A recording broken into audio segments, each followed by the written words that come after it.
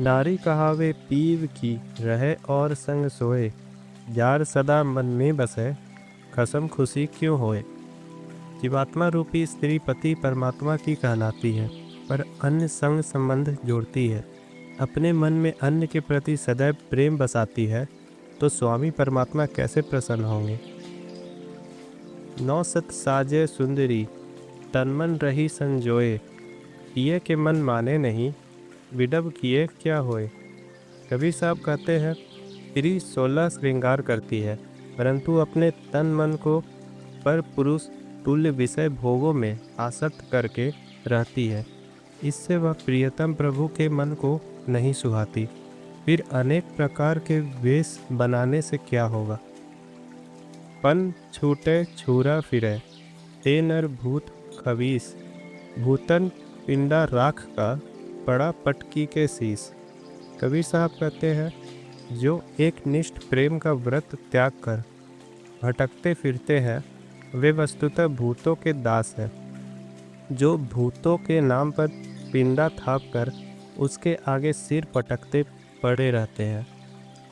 माई मासिनी सीढ़ी शीतला, भैरू भूत हनुमंत, साहिब सो न्यारा है, जो इनको पूजंत।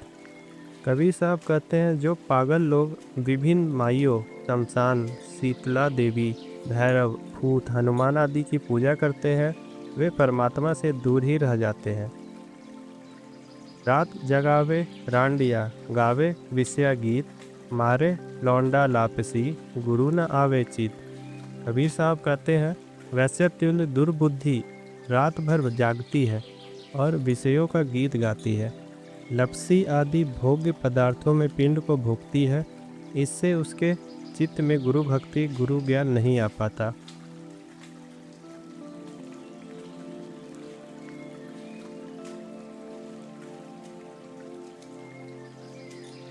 राम नाम को छाड़ी कर करे और की आस, कहे कबीर ना नारी को होए नरक में बास।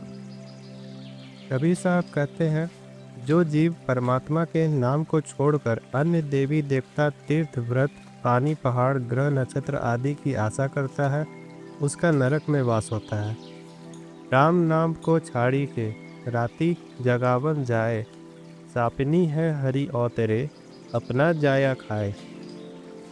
कबीर साहब कहते हैं, जो राम नाम को छोड़कर अन्य देवी देवता आदि के लिए रात्रि जागरण में जाता है, वह मरणोपरांत सर्पिनी होकर जन्म लेगा और अपने ही अंडों को खाएगा। राम नाम को छाड़ी के करे और को जाप, वेश्या केरा पूत ज्यो, कहे कौन को बाप।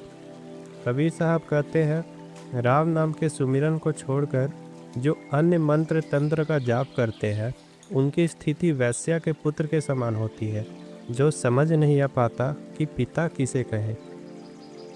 राम नाम को छाड़ी के राखे करवा चौथ, तो हैगी सुकरी, तिन्हें राम सो कहती। कबीर साहब कहते हैं, जो स्त्री राम नाम को त्याग कर करवा चौथ आदि व्रत रखती है, वह मरणोपरांत सुकरी होगी, जो राम के विमुख होकर गंदगी में लौटती रहेगी। विविचारनी के बस नहीं, अपनों तन मन दोए, कहे कबीर पति व्रत बिन, नारी गई भिगोए।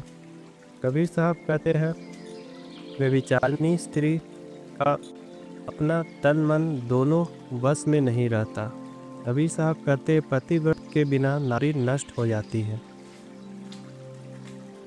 व्यभिचारिणी विविचार में 8 पहर होशियार, कहे कबीर पति व्रत बिन, क्यों रीझे भरतार।